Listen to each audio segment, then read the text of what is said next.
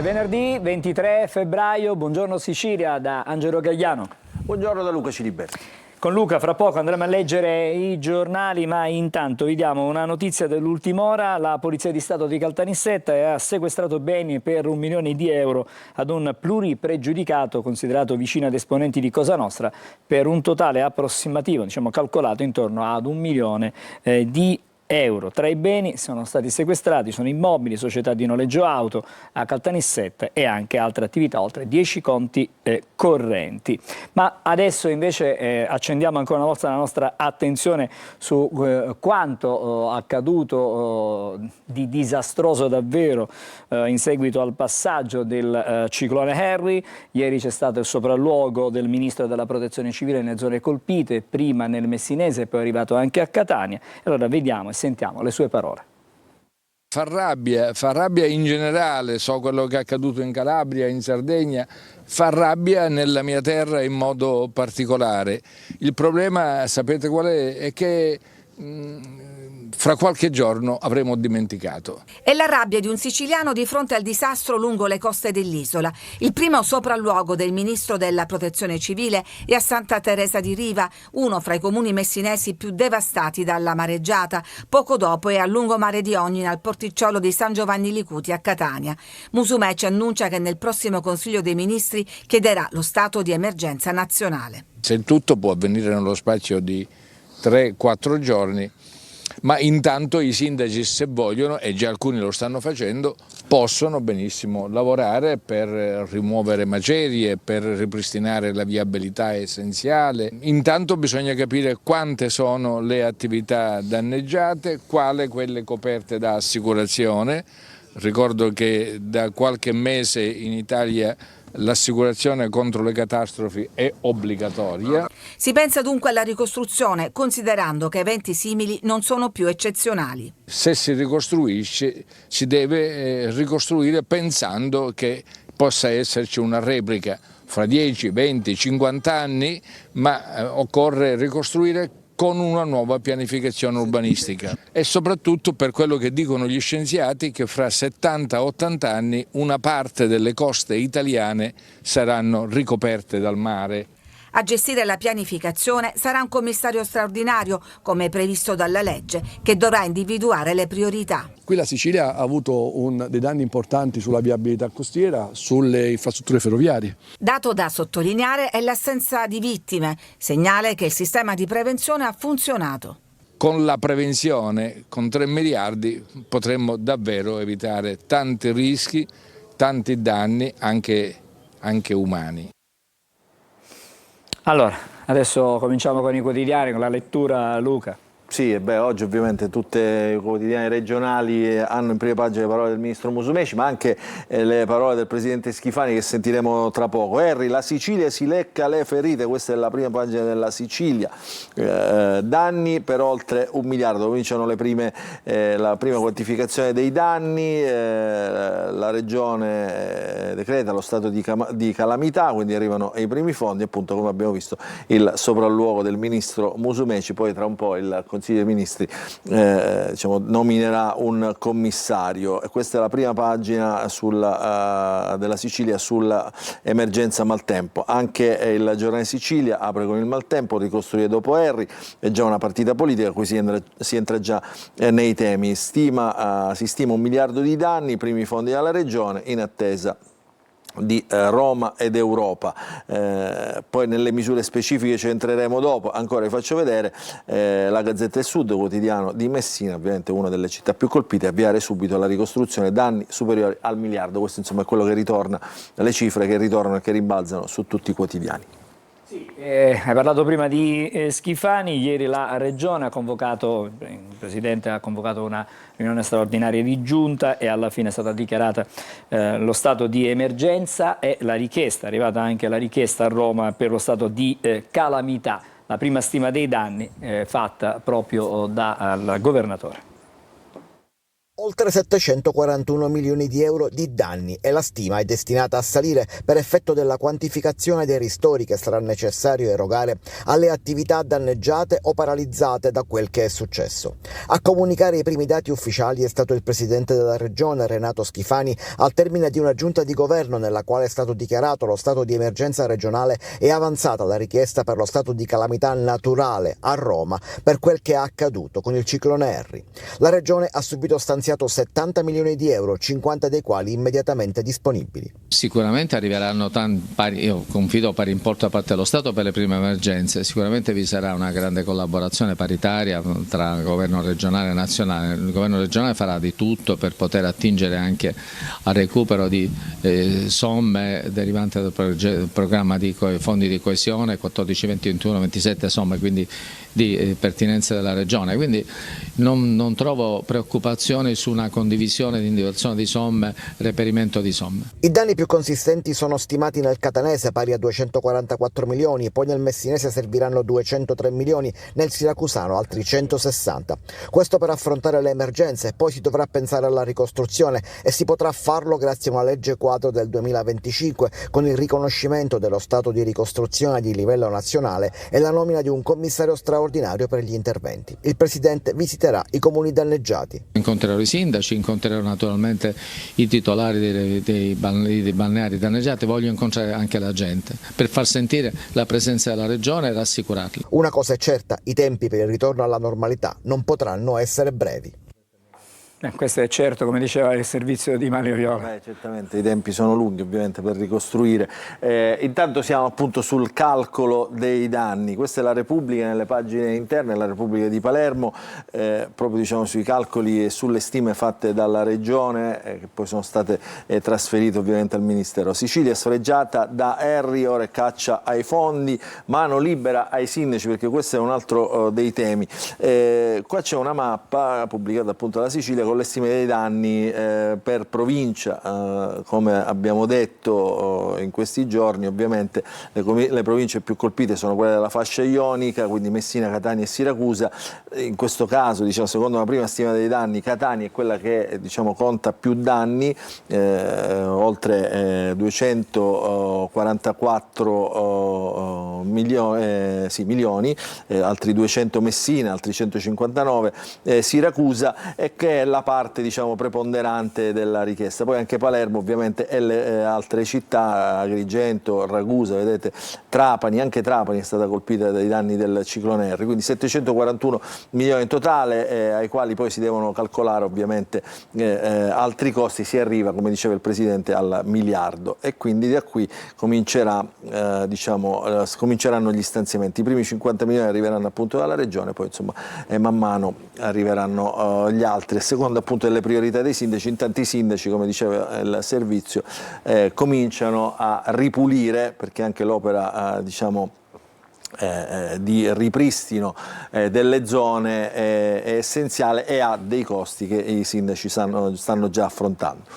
Sì, ma adesso andiamo sul campo e vediamo cosa è successo. Abbiamo preso un esempio, ma i danni, come avete sentito, sono praticamente su tutto la costa ionica, su tutto il versante orientale. Distruzione e dolore dal lungomare sventrato di Catania alle case distrutte di Acitrezza ma anche di Stazzo. Si contano i danni, come avete sentito, ma gli abitanti adesso si rivolgono anche alla fede, alla preghiera, pregano ad esempio a Stazzo, Padre Pio. Vediamo e sentiamo il servizio. Il chiosco piegato su se stesso sul lungomare devastato di Catania. I sommozzatori dentro la casa con vista sui faraglioni ad Acitrezza. La statua di Padre Pio intatta nonostante la distruzione a Stazzo. 3 immagini simbolo e forti lasciate ricordo dal ciclone Harry. Partiamo dal capoluogo etneo dove il mare in tempesta ha reso irriconoscibile anche il borgo marinaro di San Giovanni di Cuti. Sul posto intercettiamo il prefetto Signoriello. Adesso si tratta di fare la conta dei danni e rimboccarsi le maniche e ripartire tutti insieme. Si lecca le ferite a Acitrezza, messa in ginocchio dalla furia dei marosi che hanno divorato ogni cosa, in primis le attività commerciali poste ed esposte al mare. Ingenti da quantificare i danni, nel frattempo si cerca di salvare il salvabile per recuperare più cose possibili, alcune persino impossibili da prendere, tanto da richiedere l'intervento dei sommozzatori. A terra anche un albero secolare. Scene di devastazione anche a Stazzo. La zona del porto è stata divorata dal mare e non è andata meglio la strada, sventrata e impraticabile, chissà per quanto tempo. C'è chi ha perso tutto. È pena al cuore, no? Sacrifici, anni di sacrifici dei miei genitori che l'hanno fatto con molti sacrifici, purtroppo. Comunque l'importante è che non ci siano stati feriti, morti. È drammatico. Praticamente non abbiamo più case in tanti. Si piange, si impreca e si prega e in molti si fermano davanti alla statua di Padre Pio, circondata dalle macerie, ma rimasta in piedi ed intatta. Le onde non l'hanno colpito, ma questa è una dimostrazione che Padre Pio è potente sulla terra. Nessun morto e nessun ferito. Da queste parti già si grida al miracolo. Allora, vediamo un po' qual è la situazione. Insomma, le immagini che rimarranno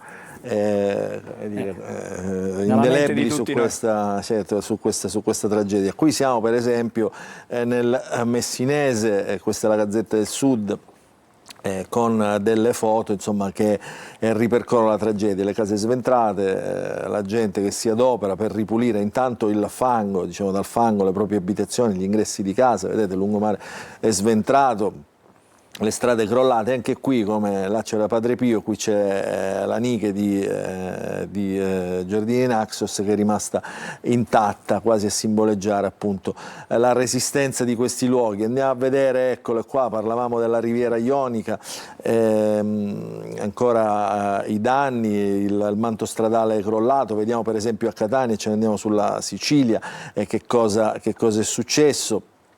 Qua siamo proprio sul lungomare della Cese, vedete il mare ha cancellato Stazzo e Santa Maria la Scala, che sono proprio due borghi marinari che si affacciano sul mare. Si vedeva meglio nelle immagini della televisione, il mare praticamente è entrato dentro questi palazzi, guardate la devastazione. Adesso ovviamente i residenti chiedono aiuto alle istituzioni.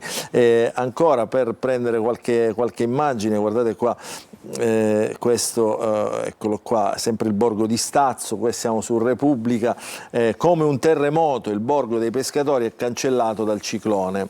Fra le case fantasma di Stazzo, frazione deciliare travolta da Harry, il sindaco ha suonato tutti i campanelli delle abitazioni a rischio proprio per far uscire le persone. Certo, immagini davvero che come dire, fanno impressione. Guardate che devastazione, insomma, scolpita in questi scatti, in queste immagini fotografiche.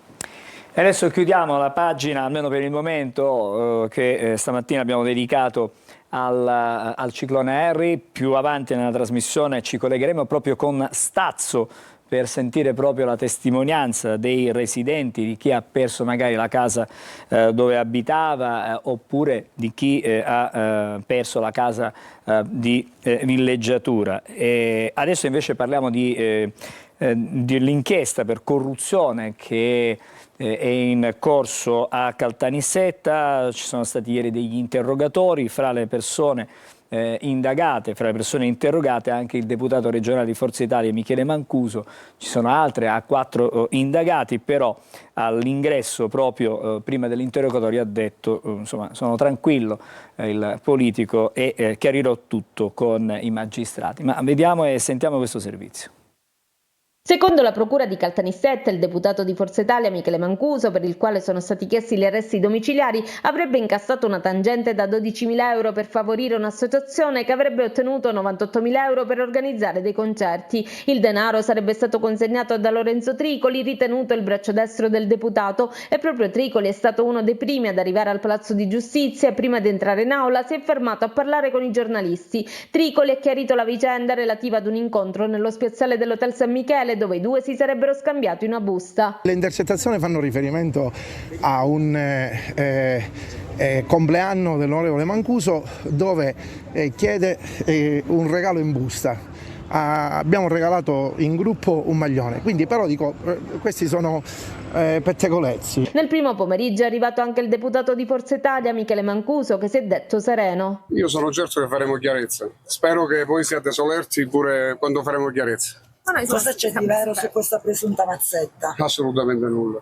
Ne parleremo con il giudice. Intanto, qualche giorno fa, durante le perquisizioni, la polizia avrebbe trovato altri 2.000 euro in contanti sotto il tappetino dell'auto intestata alla moglie del parlamentare con la scritta trasferimento. Secondo gli investigatori si tratterebbe di un'altra ipotesi di reato legata al trasferimento di sede di un infermiere dell'ASP di Caltanissetta effettivamente avvenuto. Il legale di Mancuso ha già annunciato che il sequestro sarà contestato, sostenendo che sarebbe stato lo stesso indagato ad indicare il denaro agli agenti. Allora, leggiamo le sue parole anche sui giornali. Beh sì, certo, insomma, ha intercettato Mancuso davanti al tribunale. Nuove accuse a Mancuso. Qui siamo su Repubblica Palermo, il pezzo di Salvo Palazzolo che è uscito diciamo, la notizia qualche giorno fa.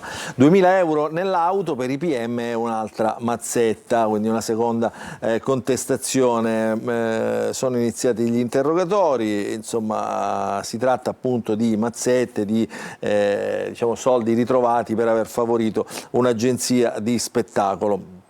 Come abbiamo sentito nel servizio, l'avvocato dice non c'è stato alcuno scambio di denaro, risponderò puntualmente a tutte le domande. E poi ancora sfatiamo questo discorso, diciamo le intercettazioni fanno riferimento al compleanno di Michele Mancuso che ha chiesto un regalo in busta, ma poi abbiamo regalato in gruppo un maglione, come abbiamo sentito, quindi insomma in buona sostanza chiedeva, dice vabbè datemi la busta con quei soldi, poi ci penso io, insomma questa busta sembra essere invece oggetto di tangenti. Non c'è nulla di vero, chiarirò tutto il giudice, come abbiamo sentito, ha detto Mancuso, parlando ai giornalisti, è visibilmente turbato da questa inchiesta. Si è autosospeso, questa insomma la notizia, dalla commissione antimafia, insomma lui faceva parte all'Assemblea regionale siciliana.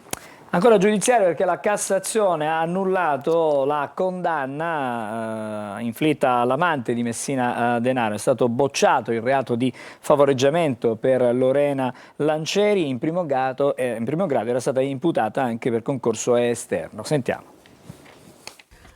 La Cassazione ha annullato la sentenza d'appello a carico di Lorena Lancieri, una delle amanti di Matteo Messina Denaro. I giudici di secondo grado, riformando il verdetto del GUP, che aveva ritenuto la donna responsabile di concorso esterno in associazione mafiosa, comminandole la pena di 13 anni e 4 mesi, l'avevano condannata a 5 anni e 8 mesi per favoreggiamento e procurata in osservanza della pena. Una qualificazione giuridica bocciata dai giudici romani che hanno rinviato il processo ad un'altra sezione della Corte d'Appello di Palermo perché si pronunci sul punto. Il nuovo giudizio influirà naturalmente sull'ammontare della pena. È passata in giudicato invece la condanna del marito della Lancieri, Emanuele Bonafede, il vivandiere del boss, arrestato per favoreggiamento aggravato e condannato a 4 anni e 4 mesi. L'imputata aveva ammesso la sua relazione con il capo mafia, sostenendo di aver saputo solo in un secondo momento chi fosse veramente quell'uomo. Lancieri, oltre a prendersi cura del padrino di Castelvetrano, ne ha curato per anni la corrispondenza, consentendogli di rimanere in contatto con i familiari ed altri uomini d'onore. Anche questa è una notizia che si trova sui giornali stamattina.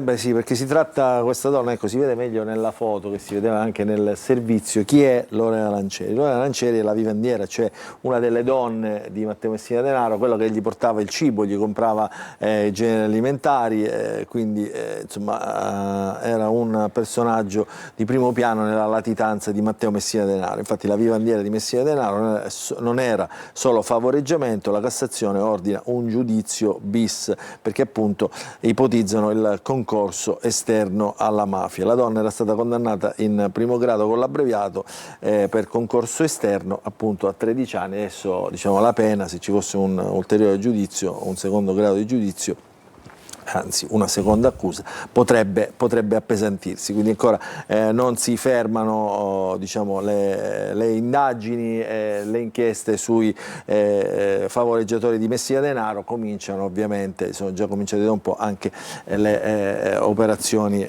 diciamo, giudiziarie, i processi su questa questione che riguarda appunto Matteo Messina Denaro. Continuiamo invece la nostra rassegna stampa riprendendo le prime pagine dei quotidiani, ritorniamo sulla Sicilia, dopo Harry che ovviamente è il titolo d'apertura del giornale. Ci sono le altre notizie di spalla che riguardano la Sicilia, una notizia che riguarda i rifiuti, la discarica sicula che diciamo, si trova a Grotte San Giorgio. L'impianto era stato chiuso e è stato risuscitato perché diciamo, la società pensa di riaprirlo perché insomma, è stato trovato un nuovo spazio, diciamo, per nuovi rifiuti, quindi stiamo parlando di rifiuti, di discariche, la discarica sicula di Grotte San Giorgio a Catania. E poi Mattarella fa visite a Fincantieri.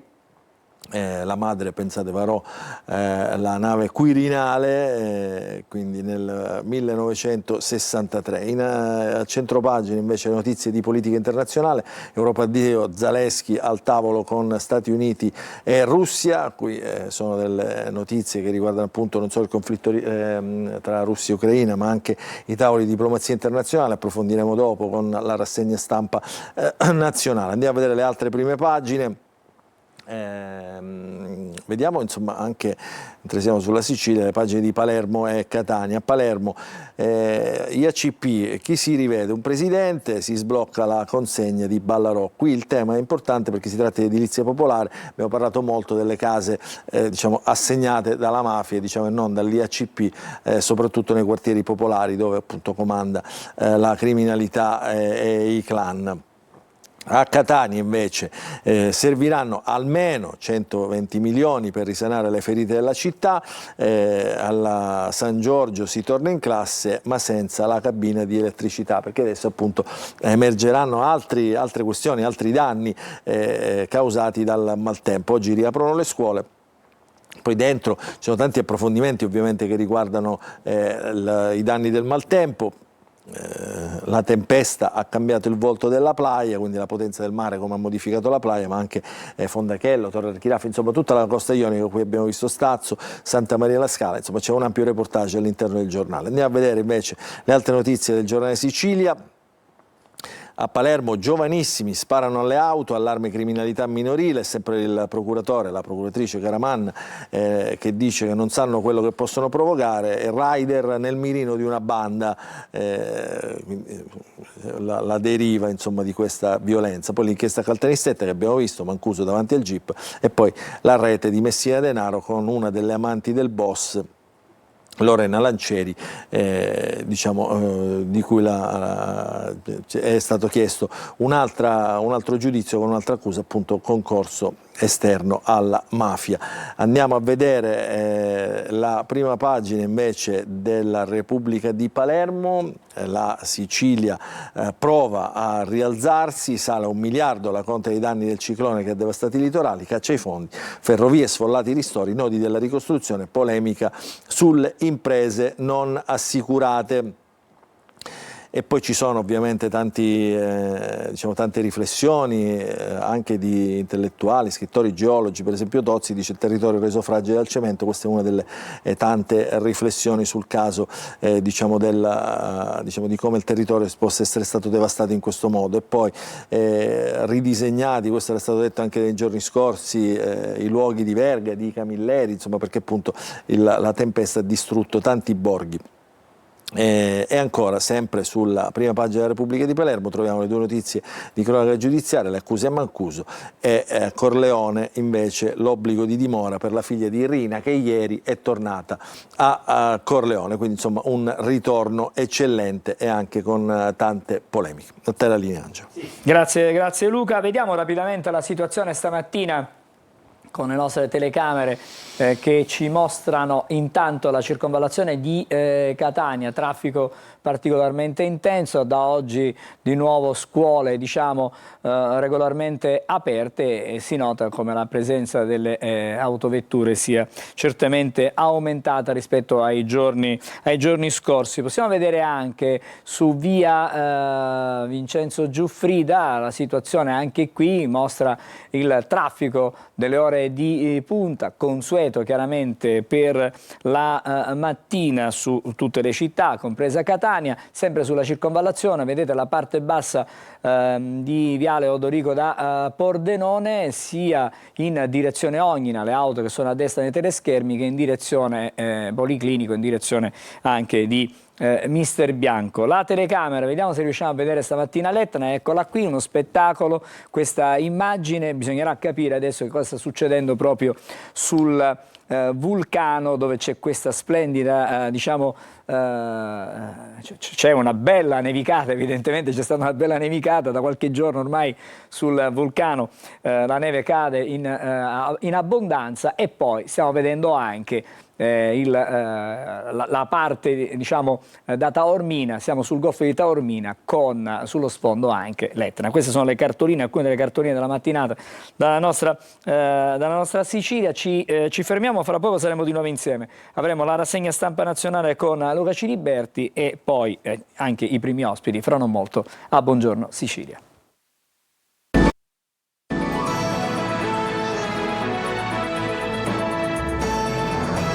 Bentornati a Buongiorno Sicilia, vi do un'ultima ora. A Trapani la Procura della Repubblica ha delegato ai carabinieri del nucleo investigativo per l'appunto di Trapani l'esecuzione di un'ordinanza cautelare in carcere messa dalla GIP nei confronti di 13 persone, 9 sono 6 in carcere, 3 agli arresti domiciliari e una sottoposta alla misura di interdittiva dei pubblici uffici. Sono indagati a vario titolo per i reati di trasferimento fraudolento di valori, evasione e ricettazione, impiego di denaro e anche altri reati come favoreggiamento e peculato. I particolari di questa notizia nei prossimi telegiornali. Adesso torniamo invece alle notizie che arrivano dai quotidiani in edicola con quelli nazionali con Luca.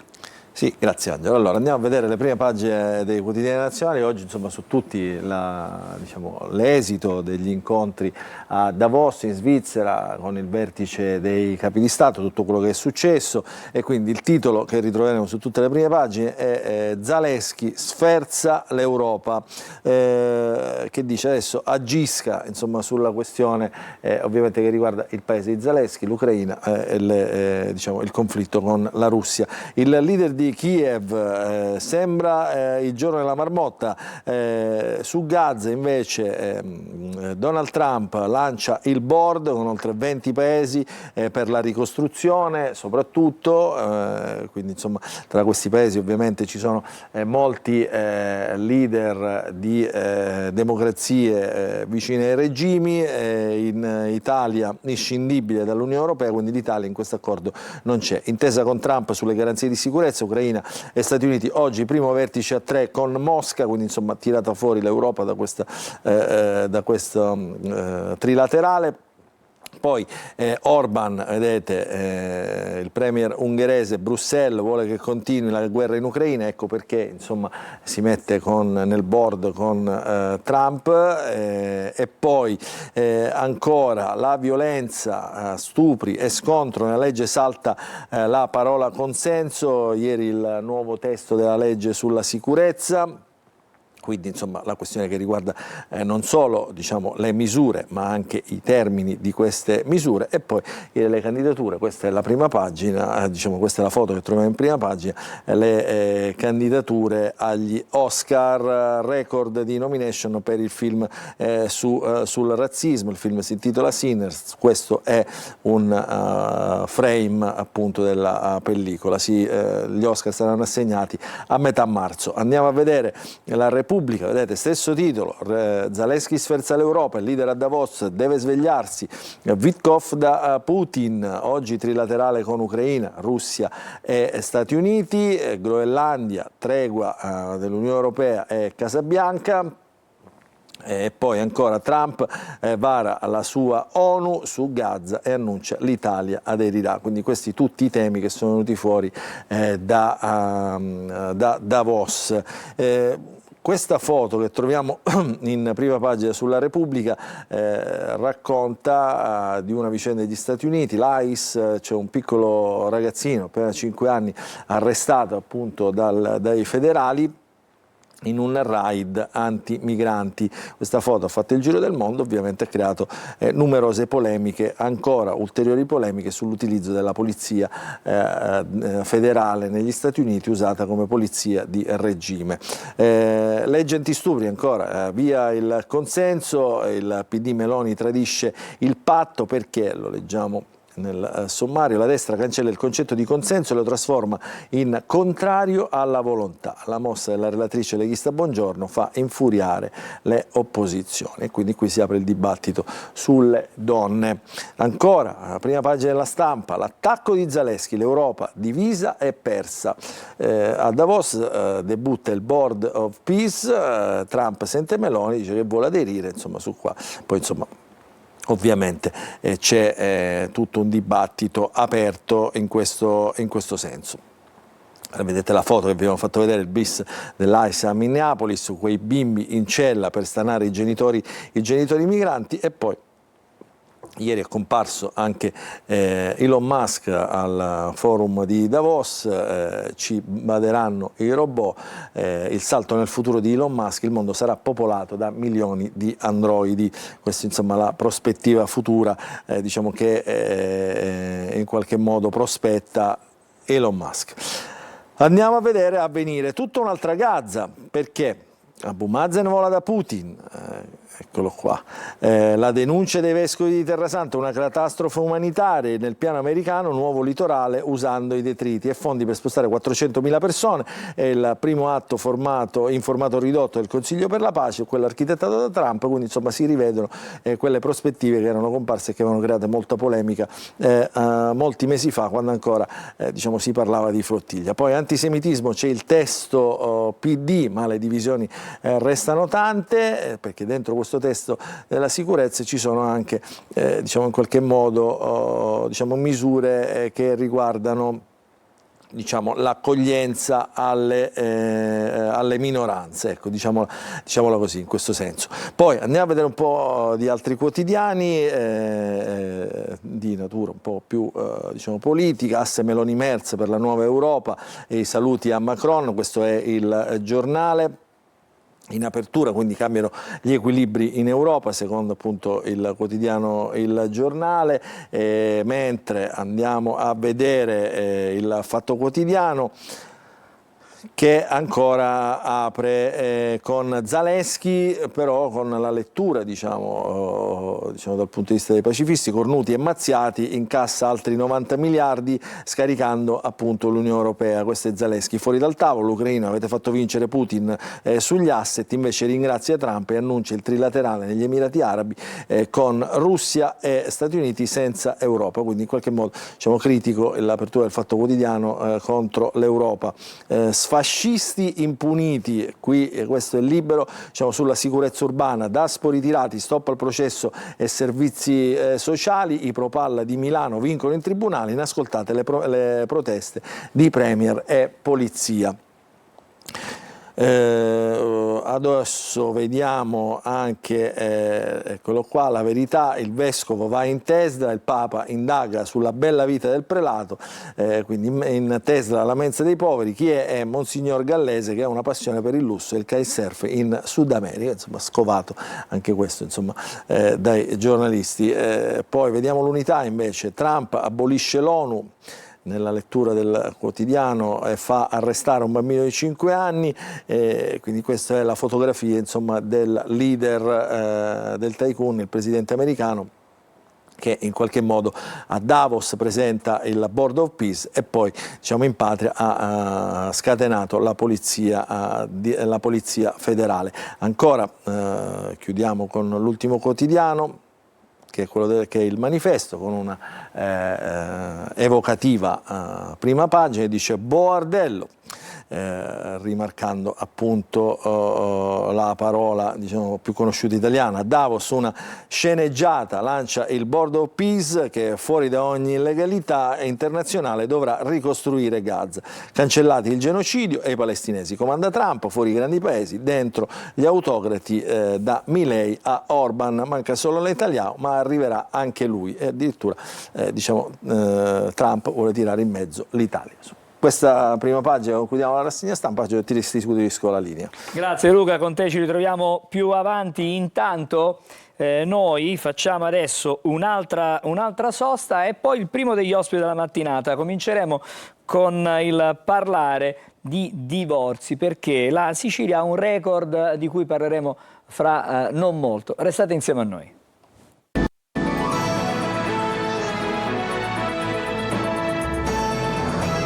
Siamo insieme a Buongiorno Sicilia e do il buongiorno e ben trovato e benvenuto a Cetti Marcellino, avvocato, avvocatessa, Grazie. scelga lei come preferisce. Stamattina parliamo di un record singolare, cominciamo da questo dato che riguarda la Sicilia. Nel 2024 la nostra regione, la nostra isola, ha avuto un'incidenza di divorzi che risulta la più alta d'Italia. Siamo a livello della Liguria, se non dico male. Che cosa è successo improvvisamente? Allora, prima di tutto dobbiamo precisare che si trattano di dati che si riferiscono appunto al 2024, il che vuol dire che probabilmente nel 2025 saranno anche peggiori. Ah, bene. No, No, perché c'è una proiezione già nel 2025. Certo, già c'è una proiezione che conforta questa, diciamo, valutazione. Il dato dei divorzi è un dato figlio degli anni che ovviamente sono precedenti. La famiglia ha avuto una crisi inevitabile con il Covid, essere costretti tutti nella stessa casa. Non ha fatto bene non ha neanche fatto da bene questo a punto di nessuno. vista. Quindi questo dato l'abbiamo percepito noi avvocati, ma anche i tribunali, i giudici lo abbiamo percepito già in itinere. Ovviamente si arriva poi dopo 2, 3, 4 anni alla sentenza, quindi nasce fuori il dato numerico.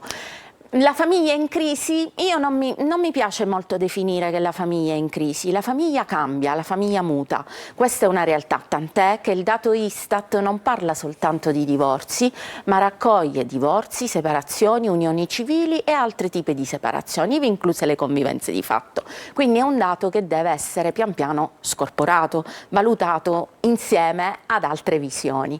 Questa sicuramente è la cosa più importante. L'incidenza c'è, sì, però la dobbiamo guardare bene anche sotto altri profili.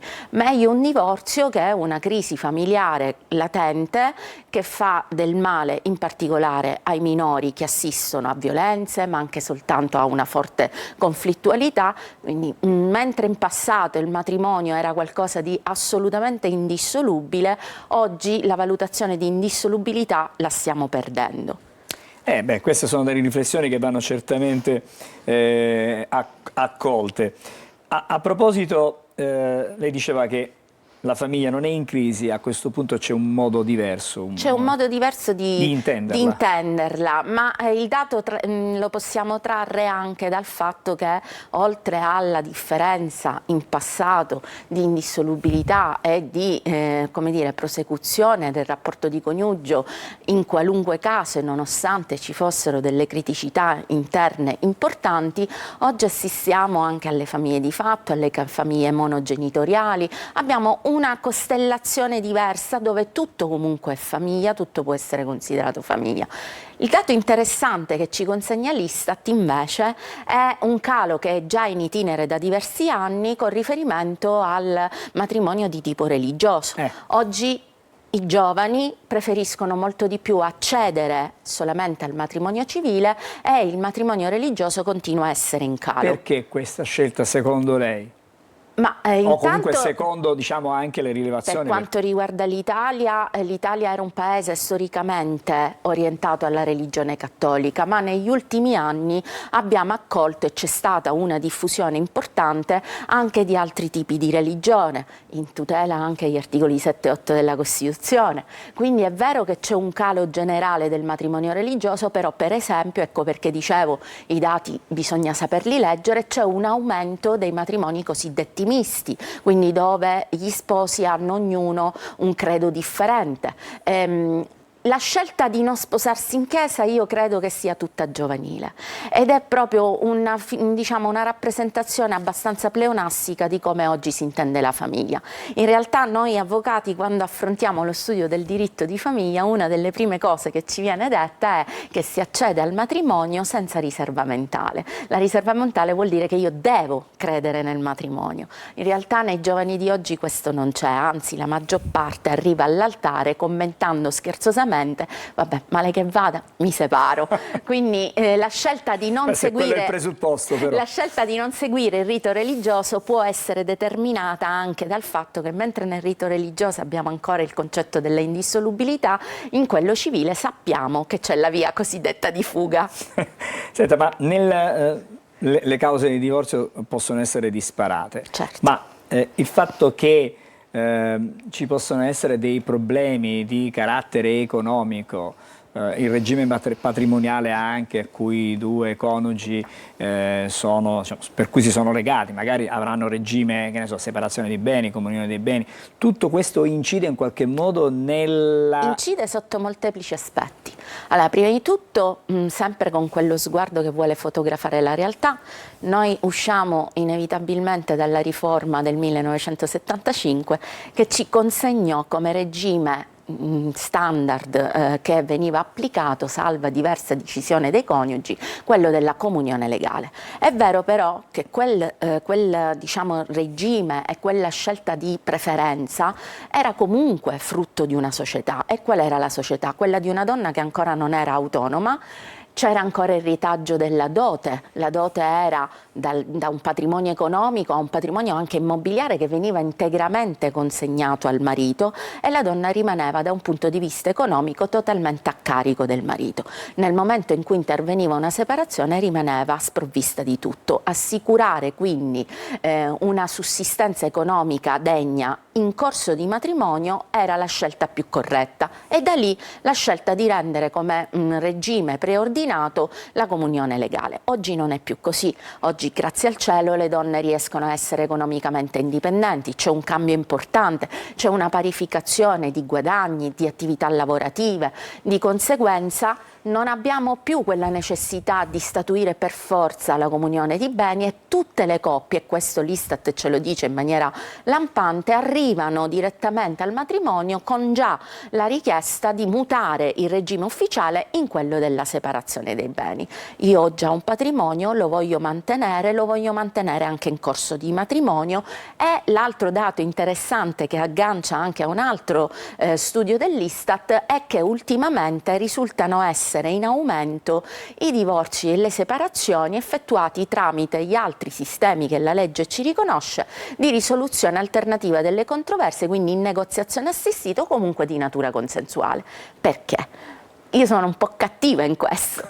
La riforma Cartabia, anche a tutela di quelli che sono gli elementi deboli della famiglia, che erano i figli, che erano in un primo momento le donne, chiede con l'articolo 473 bis 11 e 12 una produzione documentale all'interno delle separazioni e dei divorzi giudiziali importanti. Vuol dire gli ultimi 3 anni di tutti gli estratti conto, di tutti i conti correnti che ha ognuno dei coniugi, quindi nulla può scappare più. Perché? Perché ci si è resi conto che la mera dichiarazione dei redditi non era una fotografia idonea di quello che era il patrimonio del soggetto e che la poteva un attimino eludere, quindi meglio produrre gli estratti conto. Lì quando chiedi al cliente la produzione documentale prevista dalla legge, il cliente ha un momento di no, però avvocato aspetti un attimo, forse è meglio.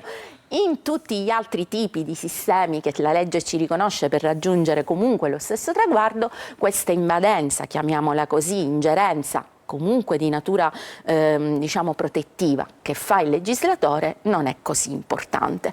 E inoltre il dato importante è anche quello del tempo. Oggi una separazione, un divorzio nei nostri tribunali può arrivare a durare anche 5-6 anni. Noi abbiamo purtroppo, in particolare in Sicilia, una situazione della magistratura difficile da gestire, siamo in sottorganico in maniera veramente significativa, quindi c'è tanto arretrato, ma soprattutto i giudici, io per esempio l'esperienza di Catania, noi abbiamo una sezione civile a Catania che si occupa di famiglie e divorzi, costellata di giudici bravissimi, ma in sofferenza per il sovraccarico di lavoro perché sono in sottorganico. E quindi di questo l'utente inevitabilmente paga le spese, mentre le altre strade, come appunto la negoziazione assistita, ti offrono sicuramente un risultato celere, da 3-4 mesi e riesci a raggiungere il traguardo. Insomma, si preferisce la via extragiudiziale. Certo, il dato Istat ci dice anche questo, ci dice è vero che il numero dei divorzi è elevato, ma attenzione, all'interno dei numeri dei divorzi molti di questi sono consensuali. Sono consensuali davvero? Lasciamo questa domanda. Prima di salutarci, una riflessione va fatta però se sul dato dei divorzi incide oppure no quello che è la serenità diciamo, familiare. Allora, io studiando un po' i dati Istat li ho messi in correlazione anche con altri dati che in quest'anno sono stati pubblicati, per esempio l'osservatorio di Non Una di Meno, l'osservatorio dei centri antiviolenza, e emerge un dato interessante. È vero che in Sicilia c'è un aumento di divorzi, ma è anche vero che negli ultimi anni, per fortuna, abbiamo una diminuzione importante delle ipotesi di femminicidio e allo stesso tempo però abbiamo un aumento di quelle che sono le denunce per maltrattamenti, stalking e codice rosso. Questo dato cosa mi fa pensare? Mi fa pensare che in qualche modo una tutela la stiamo approntando e quindi abbiamo un aumento di denunce perché c'è una maggiore consapevolezza e allo stesso tempo un superamento di paura, cioè uscire all'esterno e dire qualcosa non va nel mio nucleo familiare e contestualmente un cammino parallelo tra l'azione penale e l'azione di natura civile. Quindi se a fronte di una diminuzione di dato grave come quello che era del femminicidio o un parallelo aumento di denunce e un parallelo aumento di divorzi, che ben venga l'aumento dei divorzi purché si resti in vita. È stata chiarissima, grazie per essere lei. stata con noi questa mattina l'avvocato Cetti Marcellino e magari a fine 2020, quando ci saranno i dati del 2025 magari potremo fare un confronto se effettivamente è cambiato qualcosa. Grazie a lei, ci fermiamo, adesso abbiamo le previsioni meteo e poi parleremo di altro, parleremo di grande distribuzione. Ben ritrovati da Nico Secchio, detto un aggiornamento con le previsioni di Trevi Meteo. La giornata di venerdì vedrà un nuovo peggioramento del tempo, questa volta al centro-nord Italia con nuvole, pioggia e neve a quote basse al settentrione. Invece la Sicilia, ma anche la vicina Calabria, dopo il ciclone Harry, vivranno una fase finalmente più stabile e soleggiata. Una giornata di variabilità alternata a bei momenti soleggiati con vento generalmente debole o al più qualche raffica moderata. Il mare in prevalenza tra poco mosso al più mosso e le temperature lungo la costa saranno tutto sommato anche gradevoli fino a 16-17 gradi, ovviamente sono valori medi. Sabato invece torna a peggiorare, dell'instabilità soprattutto sulla Sicilia occidentale, meno interessato invece il lato ionico, venti in rinforzo nuovamente moderati o tesi dai quadranti meridionali. Anche le temperature aumenteranno più sul lato tirrenico, Palermo sfioriamo i 20 gradi. Rimanete aggiornati sulle vostre località di interesse scaricando l'app di Trevi Meteo oppure visitando il nostro sito web. Allora, come ho anticipato, è il momento di parlare di grande distribuzione e di un carrello della spesa che è sempre più salato. Buongiorno, qui con me in studio c'è il direttore commerciale del centro distribuzione supermercati, il dottore Marco Romano. Buongiorno a lei. Grazie di essere con noi. Allora, l'osservazione che fanno soprattutto le associazioni dei consumatori è che andare al supermercato è sempre più caro. Sì, non solo al supermercato, diciamo in generale, la spesa. In generale sono vissuti degli anni, gli ultimi 3 anni in particolare, dal 2021 in poi, con una iperinflazione che ha toccato un po' tutti i settori, perché ci sono stati degli aumenti di materie prime specifiche dei beni alimentari, ma anche aumenti di materie prime costi collaterali, quali i trasporti, quali i costi dell'energia, che hanno avuto un impatto notevole su tutti i beni consumati. In particolare il settore della grande distribuzione alimentare è stato oggetto di questi ambiti di inflazione ed è inevitabile comunque che il tutto gravi nelle tasche dei consumatori e conduca a una contrazione dei volumi di acquisto. Sì, perché poi il punto di partenza da cui si comincia è che c'è una sorta di divaricazione tra quella che è l'inflazione generale e quelli che sono gli aumenti proprio dei beni alimentari, dei generi alimentari. Sì, questo è oggetto anche di un'indagine antitrust, no, che sta avvenendo adesso, che l'antitrust ha giustamente voluto analizzare un po' più nel dettaglio quelli che sono, sono stati gli aumenti dettati dalla grande distribuzione. La posizione della grande distribuzione in generale, così come ha già dichiarato in interviste a livello nazionale il presidente di Federdistribuzione Carlo Buttarelli, è quella di mettersi in assoluta esposizione e trasparenza, perché comunque il settore della distribuzione è un settore di commercio, noi acquistiamo e rivendiamo, quindi l'inflazione che purtroppo subisce il consumatore finale è la stessa inflazione che subiamo noi in acquisto, anzi a dire la verità l'inflazione subita negli ultimi anni al settore in acquisto rispetto a quella riportata in vendita è addirittura superiore, quindi le catene distributive non sono riuscite a ribaltare tutta l'inflazione dettata dall'aumento dei costi di acquisto dei prodotti, che si unisce comunque all'aumento dei costi che anche come catene distributive abbiamo avuto in questi anni. Perché l'antitrust in qualche modo cerca di vedere quali sono le modalità con cui la grande distribuzione esercita questo potere, fra virgolette, chiaramente di acquisto, no? Perché magari all'origine di questa riflessione c'è il fatto che un prodotto che viene comprato dalla grande distribuzione a un prezzo X poi arriva maggiorato sugli scaffali dei supermercati, e questo è il concetto fondamentale, diciamo, su cui si vuole forse attenzionare. Si vuole attenzionare, sì.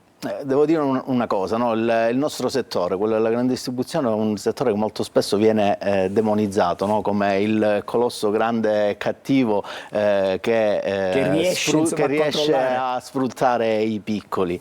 A dire la verità ci sono tantissime leggi che regolano le pratiche commerciali sleali nei confronti dei piccoli dei produttori in generale, quindi che tutelano i produttori nei confronti della grande distribuzione. Sono leggi europee. Non c'è nessuna legge che tutela invece la distribuzione dai grandi colossi produttivi, perché c'è una bella differenza nello scenario distributivo italiano e siciliano in particolare rispetto a quello europeo. Lo scenario distributivo in Italia e in Sicilia è molto più frammentato, non c'è una concentrazione di grandi colossi, ma sono tante aziende di medio-piccole o anche grandi dimensioni che operano territorialmente. Questo ritengo sia anche un orgoglio per l'imprenditoria italiana, perché abbiamo come aziende italiane siamo riusciti a competere, riusciamo tutt'oggi a competere con multinazionali tedesche, francesi. I colossi francesi hanno abbandonato di recente il mercato italiano.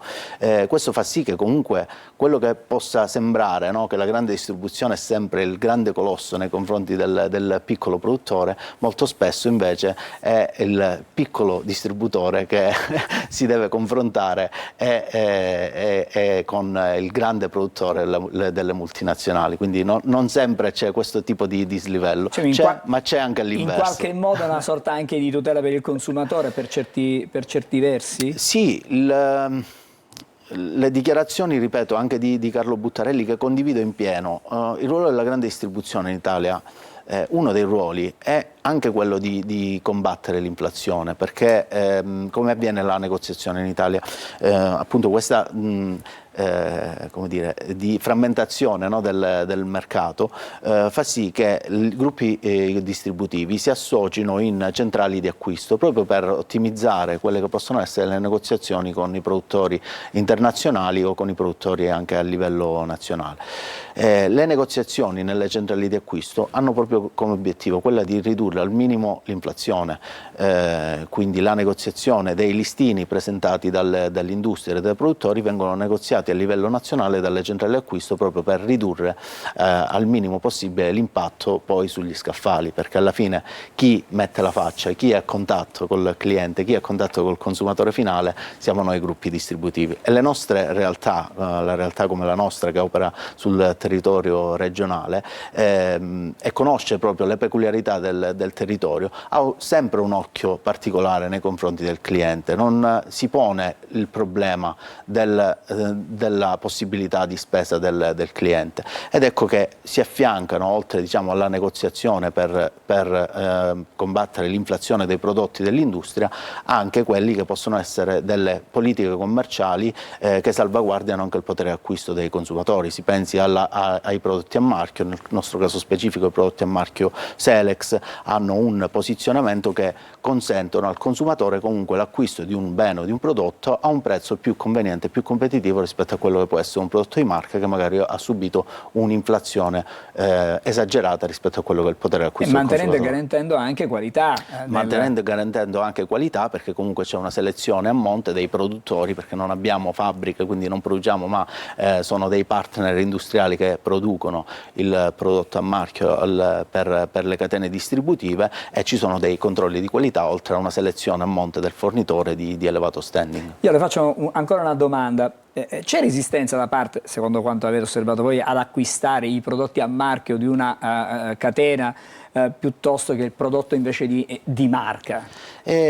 Nì, nel senso che comunque il prodotto a marchio, lo dicono i numeri di mercato, è sempre in continua crescita. Se vogliamo anche grazie o per colpa di magari di principali brand a livello nazionale che hanno fatto una politica, comunque non sono riusciti a contenere l'inflazione, così come magari si è fatto anche a livello di investimento nelle catene distributive nell'ambito delle politiche di prezzo dei prodotti a marchio, quindi prendono sempre più quota, entrano sempre più nelle dispense e nei frigoriferi dei consumatori, che li prova, li apprezza, riconosce la qualità del prodotto e quindi li riacquista.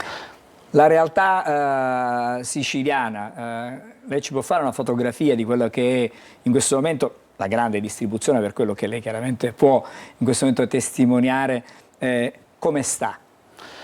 Come sta? La grande distribuzione non sta male, non sta bene, nel senso che la realtà distributiva della Sicilia è uno dei mercati regionali, se non il più alto, con la quota dei discount maggiore delle regioni italiane, forse seconda solo alla Puglia, ma se la giocano in termini di quota di mercato. A questo si affiancano realtà distributive locali che conoscono il territorio e riescono a competere anche con colossi a livello nazionale, ripeto, e internazionale, che hanno sicuramente capacità di investimento e capacità anche di ottimizzazione, di centralizzazione degli acquisti diverse dalla nostra. Quindi le realtà distributive locali fatte da diverse aziende che hanno radici familiari e che oggi hanno assunto delle dimensioni a livello regionali, riescono comunque a dire la loro nei territori in cui operano, essendo vicine al territorio, operando principalmente con produttori locali. Noi abbiamo una quota di produttori locali molto più alta rispetto a quello che è il range nazionale, proprio perché crediamo nel territorio in cui operiamo, crediamo che un'azienda che riceve ricchezza all'interno di un territorio debba allo stesso tempo redistribuire la ricchezza che riceve tramite azioni etiche, di sostenibilità del territorio e anche appoggiandosi ai produttori locali. Diciamo che la vostra presenza in qualche modo è una garanzia per il consumatore, volendo sintetizzare, ma anche per i produttori che in qualche modo hanno in voi una interfaccia importante per poter portare poi i loro prodotti nei supermercati, e in questo modo si valorizza, come diceva lei, il prodotto che è della nostra terra, della nostra Sicilia. Sicuramente quello di fare delle scelte territoriali, sia nell'insegna in cui si va a acquistare, quindi affidandosi a gruppi regionali o acquistando prodotti del territorio, contribuisce a una crescita dell'economia locale, e quindi è un circolo che ci ritornano. Grazie davvero per essere stato Grazie stamattina con noi, grazie al dottore Marco Romano, che è direttore commerciale del Centro Distribuzione Supermercato SPA. Grazie davvero per essere stato con noi stamattina. Adesso ci fermiamo, abbiamo una pausa da fare e poi, ahimè, torneremo a parlare della devastazione del ciclone Harry, e vedo già in bassa frequenza collegato Edoardo Sergi. Siamo a Stazzo e le immagini che ci arrivano sono veramente molto tristi. Tutto questo fra pochissimo.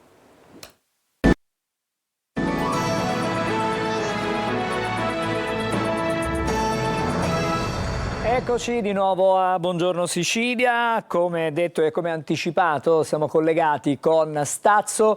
Per noi c'è Edoardo Sergi. Buongiorno a te, Edoardo. Con te c'è anche una ospite, che è una proprietaria di casa di villeggiatura proprio di Stazzo, la signora Roberta Benanti. Buongiorno a tutti e due.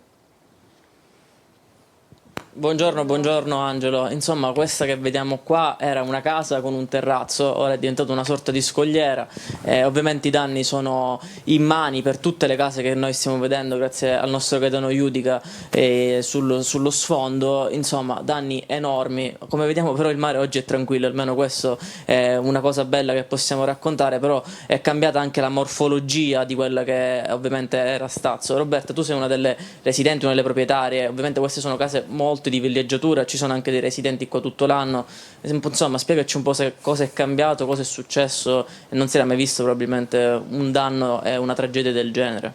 Buongiorno Edoardo. Allora, in effetti mareggiate così non ne sono mai capitate. A memoria di qualcuno, forse nel 73 c'è stata una cosa del genere, ma il giorno 20 è stata veramente drammatica. In inverno può capitare che il mare sia un po' più impetuoso, ma creare questi danni che appunto possono essere visti non si è mai verificato. C'è il paese in ginocchio. Io per fortuna vengo a villeggiare, ma c'è gente che qui ha la prima casa, la casa in cui vive tutto l'anno, e sono veramente disperati perché non hanno, cioè devono ripartire da zero nella ricostruzione delle loro abitazioni. Qui da noi al Villaggio Sereno c'è anche qualcuno che sta tutto l'anno ed è stato prudentemente evacuato perché diversamente oggi non avrebbe come vivere, perché qui siamo senza elettricità e non so neanche quando verrà ripristinata. Allora sentiremo anche queste persone che ci stanno aspettando, però immaginate, no, avere una casa così bella, uno si sveglia con vista mare e insomma si ritrova questa distruzione. Fra l'altro ci sono pure dei pannelli qua di legno, perché come dicevamo ieri Angelo c'è anche il rischio sciacallaggio. Ieri la Digos appunto è intervenuta, hanno chiesto se c'erano le telecamere nella zona di San Giovanni Licuti, però ecco, questo qua era un terrazzo, è diventato una vera e propria scogliera. Questa cosa fa abbastanza senso, però insomma i danni sono in tutte le case in maniera diversa, anche all'interno appunto delle case stesse. Ovviamente Roberta esistono danni diversi, quelli all'interno delle case, ora sentiremo una signora che ci diceva che appunto i suoi mobili ormai, quelli antichi, sono distrutti, però anche all'esterno. Questa era una strada, ci raccontavi, che portava a mare e i muretti sono crollati tutti. Era una strada di collegamento con il resto del paese, comunque le case, soprattutto queste in prima linea di fronte al mare, sono state totalmente sventrate, ci sono i piani terra completamente allagati, con tutto divelto. È veramente una tragedia, un dramma. Allora Angelo, io ti restituisco la linea perché ovviamente ci dobbiamo spostare sulla strada che arrivare è abbastanza difficile, quindi ci risentiamo fra 30 secondi e sentiremo anche altre persone che hanno subito dei danni e anche delle persone appunto sono sfollate in questo momento. Sì, grazie Edoardo, diamo il tempo a te chiaramente e anche al nostro operatore Gaetano Iudica assieme alla signora Roberta di poter lasciare il punto dove vi trovate per diciamo, superare anche con grandi difficoltà. Lo vediamo noi in bassa frequenza, vedo praticamente il vostro ritorno in una zona magari un po' più tranquilla dove non ci sono tutti questi massi. L'attenzione però, come abbiamo visto, è adesso rivolta intanto al recupero di quello che è possibile, la pulizia, diciamo, la possibilità che si possa quantomeno restituire una parvenza di normalità, per poi pensare poi subito dopo anche a quello che serve per la ricostruzione. Le immagini che ci restituiscono sono già di nuovo diciamo in condizione di restituirci delle immagini da Stazzo, ci fanno vedere come effettivamente le strade di collegamento, le strade all'interno del paese siano di fatto tutte ricoperte di grossi massi, c'è lava, ci sono pezzi di scogliera che sono arrivate dunque in strada. Immaginiamo la grande paura che hanno vissuto le persone che magari si trovavano a Stazzo, perché vivono a Stazzo, costretti magari a fuggire dalle loro case. Allora Edoardo è già pronto, torniamo di nuovo da te con altre voci, con altre testimonianze proprio in diretta da Stazzo. Sì, Angelo, questa è una famiglia praticamente sfollata. Loro abitano in questa casa che non ha subito grossi danni, sono appunto, come vedete, l'entrata. Questa è una ringhiera di una casa sul mare, però voi siete, diciamo, avete prima della tempesta abbandonato casa vostra, siete andati dai vostri familiari perché vi aspettavate un po', non avete avuto danni sostanziali, però vi aspettavate un po', ecco, un arrivo di detriti, ma non in questa situazione ovviamente, non come stiamo vedendo adesso. No, assolutamente. Noi per precauzione siamo andati via, ma non ci aspettavamo assolutamente questa distruzione. No. Dove siete in questo momento, residenti? In questo momento siamo soggiornati dai nostri genitori che ci danno ospitalità e quindi per adesso attendiamo che si possa ripristinare il prima possibile la situazione per poter ritornare a casa. Appena rilasceranno la luce e libereranno la stradella. Insomma, sono senza luce. Vi è arrivata qualche comunicazione da parte, che ne so, del comune? Qua siamo nella zona della Cese, perché ovviamente ci ha detto che avete preventivamente abbandonato la casa, quindi non è arrivato magari un ordine di lasciarla. Non sapete ovviamente questo perché sono sfollati, però ecco, molte persone sono state messe in sicurezza prima. Ora il comune cosa vi ha detto? Cioè, vi sta in qualche modo accanto? Allora, stiamo aspettando di vedere le valutazioni della protezione civile. Sì, stiamo aspettando, ma come noi tutti ci sono altre persone che non hanno più la loro casa. Zone che sono state colpite, anche signore anziane senza casa se ne sono dovute andare, sono distrutte le loro case. Certo, ci dovrebbero fare sapere qualcosa, anche per sapere se torna la luce, per poter poi tornare a casa nostra. Insomma, Angelo, un altro dei temi da affrontare è un po' come risolvere questa situazione, perché ora ci sono i Bobocat in azione, però Roberta, la cosa di cui parlavamo prima, cioè questi massi adesso come devono essere tolti, da chi devono essere tolti, la sistemazione da chi deve, ecco, la soluzione più che altro, come deve arrivare e da chi? Certamente qualcuno dovrà farci sapere qualcosa, credo la protezione civile che ieri è venuta qui a fare una stima approssimativa dei danni, perché che io sappia comunque i massi che sono arrivati dal mare sono di appartenenza del demanio, quindi anche volendo toglierli credo che non sia appunto una cosa che spetti a noi, ma comunque sono una quantità enorme, quindi non credo sia possibile provvedere autonomamente, privatamente alla rimozione dei massi, e comunque è giusto che intervengano le autorità di competenza per almeno in questo, diciamo, aiutarci nel spostare questi massi. Insomma, non è neanche una questione economica, poi mi riallaccio anche a quello che dice. È soprattutto una questione economica. Però è chiaro che ci sono delle cose che devono essere fatte dal comune, ecco, dalle autorità. Assolutamente. Finché fossero solo i detriti, pezzi di muri, pezzi di cancelli, ce li siamo sempre tolti noi. Abbiamo sempre pulito, ma adesso così è troppo, cioè la cosa è assurda. Edoardo! Non ce la possiamo fare. Sì, Angelo. Sì, no, ma quello che volevo chiedere io, c'è paura nel ritornare a casa perché possa accadere di nuovo una cosa di questo genere, così grave?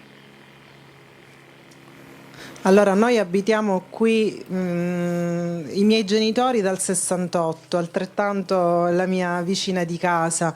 Noi non abbiamo mai avuto paura del mare, in effetti loro è la prima volta che vengono sfollati per una mareggiata perché sono sempre rimasti a casa e il nostro mare non ci ha mai spaventati come stavolta, però lo riaccogliamo. Cioè torniamo più forti di prima, con lo stesso amore, con lo stesso legame, perché chi vive questo paese ha un legame viscerale con questo paese.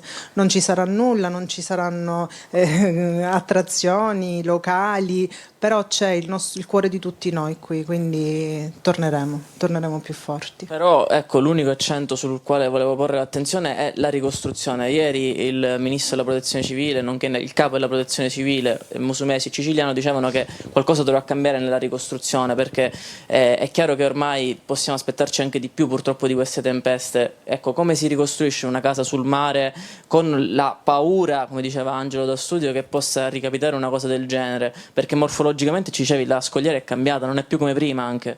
Certamente dovranno essere messi in atto degli accorgimenti anche penso rispetto alla messa in sicurezza della scogliera, perché è cambiata e non so quali potrebbero essere gli interventi. Nella ricostruzione delle case sicuramente si dovranno effettuare forse delle modifiche strutturali che consentano a tutti gli abitanti di potersi proteggere, anche se situazioni come il ciclone Harry non c'è nulla che ci possa proteggere, non c'è nulla. Non esiste il mare, purtroppo non lo si può arginare. Questo Edoardo, tipo di mare che c'è stato. Non saprei come si potrebbe fare, lo saprà chi di competenza. Speriamo appunto che se ne occupino, che la prendano in considerazione, certo, anche questa cosa. Grazie. Angelo. Allora Edoardo, ci dobbiamo fermare, grazie per questo tuo contributo da Stazzo, che è una delle zone più colpite, assieme comunque dobbiamo dire a tutto il litorale della costa ionica, della Sicilia orientale, perché non riguarda soltanto la provincia di Catania, ma c'è la provincia di Siracusa che ha sofferto tanto, c'è la provincia di Messina e c'è una linea ferroviaria interrotta a Scaletta Zanclea e quindi comunicazioni tra Messina e Catania in questo momento via strada ferrata sono impossibili davvero. Grazie ancora per il contributo, per questa testimonianza da Stazzo, in bocca al lupo ai residenti che abbiamo sentito si scoraggiati ma hanno comunque voglia di ritornare di nuovo nelle loro abitazioni al più presto. Adesso invece può partire, noi cambiamo come sempre argomento da un momento all'altro, può partire la sigla dell'oroscopo e poi fine settimana con Marco Amato.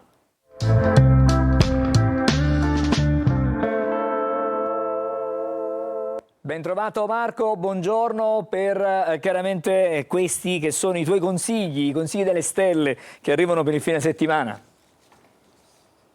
Buongiorno Angelo, buongiorno Sicilia e buon fine settimana a tutti. Allora vi annuncio un fine settimana decisamente epocale, non solo perché Marte scivola in Acquario e lascia tutto un pochino più morbido, Marte diventa meno duro, ma anche perché in questo weekend Saturno si congiungerà a Nettuno e passerà in Ariete. Beh, questi due giganti planetari in Ariete ci sono stati solo nel 300 e nel 700, segnando peraltro delle epoche molto forti. Ecco, si potrebbe definire che ci saranno delle confusioni o dei cambi di potere, per cui inizia un triennio in cui ne vedremo delle belle e molto importanti su scala mondiale, diciamo. E beh, staremo a vedere. Il transito è lungo e poderoso. Dunque, cosa accade ai segni zodiacali in questa settimana? Ariete, proprio voi siete di questo fine settimana in cui Saturno e Nettuno arrivano nel vostro segno zodiacale e Marte, il vostro pianeta, arriva in Acquario, quindi ridiventa compatibile. Un Ariete che inaugura un'era nuova della sua vita e che assurge appunto ad un nuovo potere. Toro, Marte si fa urticante come tutti gli altri pianeti in Acquario e quindi per voi oggi è un weekend in cui dovrete rimettere a posto una serie di cose, soprattutto con voi stessi e dentro voi stessi, ma nulla che vi possa scoraggiare poiché l'amore e l'affetto che avete intorno per ora è notevole. Gemelli, Marte finalmente arriva in trigono e anche i giganti planetari si spostano a vostro favore, quindi è finito un'epoca di sperimentazioni continue, un'epoca in cui dovete comunque correre per raggiungere l'obiettivo, finalmente un po' di stabilità per voi. Cancro, potete solo che gioire del fatto che Marte finalmente scivola in Acquario, non è più positivo. Quindi un Cancro molto più rilassato, molto più piacevole, senza quell'ansia da prestazione che ultimamente vi ha nevrotizzato. Leone, anche Marte entra in opposizione, il Sole tra l'altro si congiunge a Plutone e dovrete prendere coscienza di alcune verità importanti. Ci sono anche in previsione dei cambi lavorativi a cui potete pensare da questo weekend in poi. Vergine, la potenza di Marte viene meno, non è più in trigono, però voi siete più rilassati, vi date più all'amore e decisamente il fatto che Saturno e Nettuno concludono una 14ennale opposizione vi lascia sicuramente più leggeri e liberi. Bilancia, per voi Marte rappresenta il turbo finalmente, proprio perché si trova in Trigono e vi mette a disposizione i mezzi che desideravate. Amore e passione al top con Marte e Venere in Trigono. Scorpione, per voi la congiunzione del Sole con Plutone è fondamentale, perché avrete la chiarezza che volevate, il potere che volevate, la sensualità e la creatività che tornano nei vostri gradi felicemente. Sagittario, Marte diventa amico, Marte diventa un cursore importantissimo con cui potrete muovervi nel mondo sociale e nel mondo comunicativo. Capricorno, cielo sgombro e limpido finalmente per voi, nulla che possa impedirvi di vivervi serenamente adesso la vostra realtà che avete costruito benissimo. Quindi adesso guardatevi intorno e costruite dove ritenete solido. Acquario, anche voi con la vostra compagine planetaria, sono 5 i pianeti nel vostro cielo, non potete perdere assolutamente. Un'immensa potenza planetaria, tra l'altro collegata a Urano, il vostro pianeta, che vi rende agili, fluidi, fascinosi e pieni di potere e novità. Pesci, per voi oggi la dolcissima luna annuncia la fine di questo transito. Saturno e Nettuno dopo 14 anni escono dal vostro cielo, per cui questo sarà un weekend di liberazione e sarà assolutamente piacevole per voi sentirvi più leggeri e liberati finalmente da un transito logorante e lungo.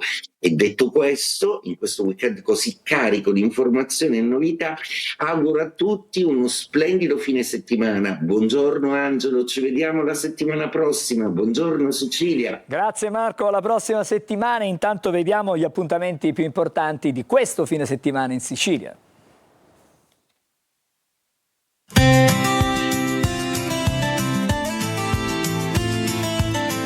Weekend in Sicilia, tutto il meglio degli eventi da non perdere.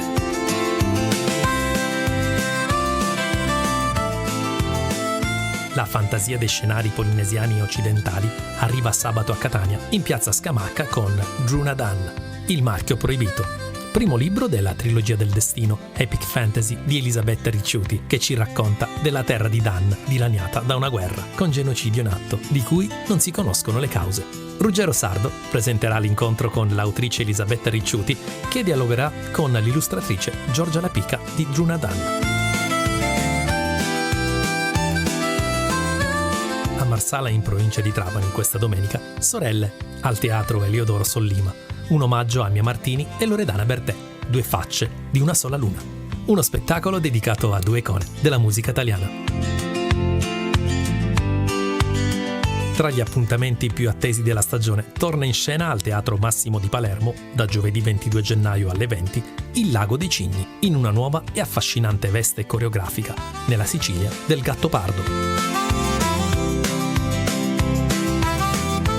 Sabato 24 gennaio alle 18 al Teatro Grifeo di Petralia Sottana, la compagnia del Teatro Civile di Palermo presenta I Giorni di Giuda, intervista marziana. Un'intervista che il giornalista del TG2 Francesco Vitale avrebbe dovuto fare al giudice Paolo Borsellino dopo la strage di Capaci.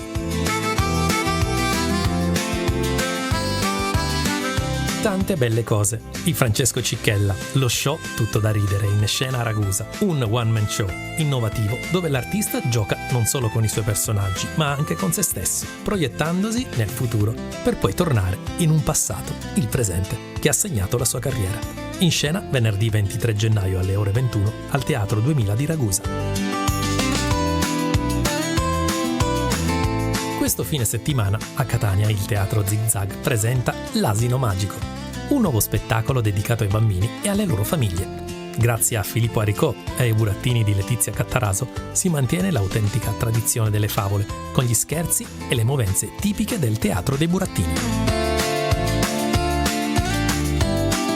Questa domenica alle 10:30 all'Orto Botanico di Catania si svolge Dalla natura al ritratto, un'esperienza che permette a bambine e bambini di intraprendere un viaggio alla scoperta del mondo naturale. Passeggiando tra i viali dell'Orto Botanico, osservano i fiori, foglie e frutti di diverse specie, imparando a riconoscere forme e differenze. E anche per questo fine settimana è tutto. Vi auguriamo un buon weekend.